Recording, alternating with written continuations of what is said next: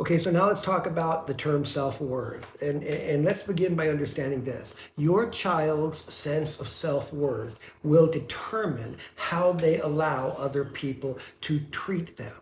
That's the essence of the bully dynamic or any abusive relationship. Your child will allow themselves to be treated how they feel they deserve to be treated. So that being said, the first thing I want you to ask yourself as a parent is, how have I contributed to my child's sense of self-worth? Have I advanced their sense of self-worth, or in some way have I inhibited their sense of self-worth, reducing it through some action of mine?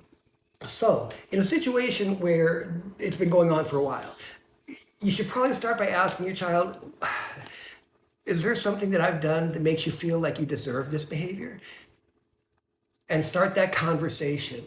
Let the child know that you need to know if they've done anything or said anything that has diminished their self-esteem, and be ready to listen. This is really painful for some. It's hard for a parent to hear, sometimes you're mean to me. Sometimes you make me feel stupid. Sometimes I don't want to ask you a question because I'm afraid you'll yell at me.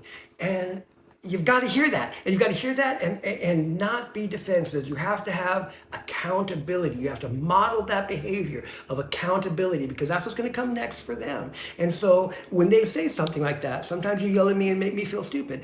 Thank you. I'm sorry. First of all, thank you. And second, I'm sorry. And let's talk more about that. And let's figure out how I cannot do that. I had a student years ago, because I have always covered this subject with my parents.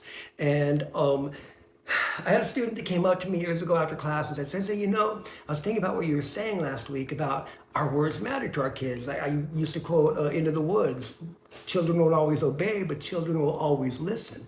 And he said, you know, I started thinking about how I talked to Joseph, his little boy. And he said, sometimes he just makes me so frustrated. I'll say, what's the matter with you? What's wrong with you? You didn't close the door. What's wrong with you? You didn't pick up your shoes.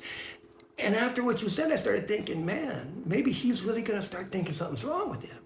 And so I sat him down and I said, you know what, mijo? There's nothing wrong with you. It's me. You're doing what little boys do. Sometimes I get frustrated, but there's nothing wrong with you.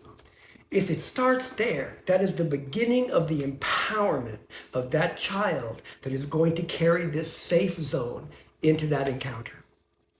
Good talk. Next, accountability.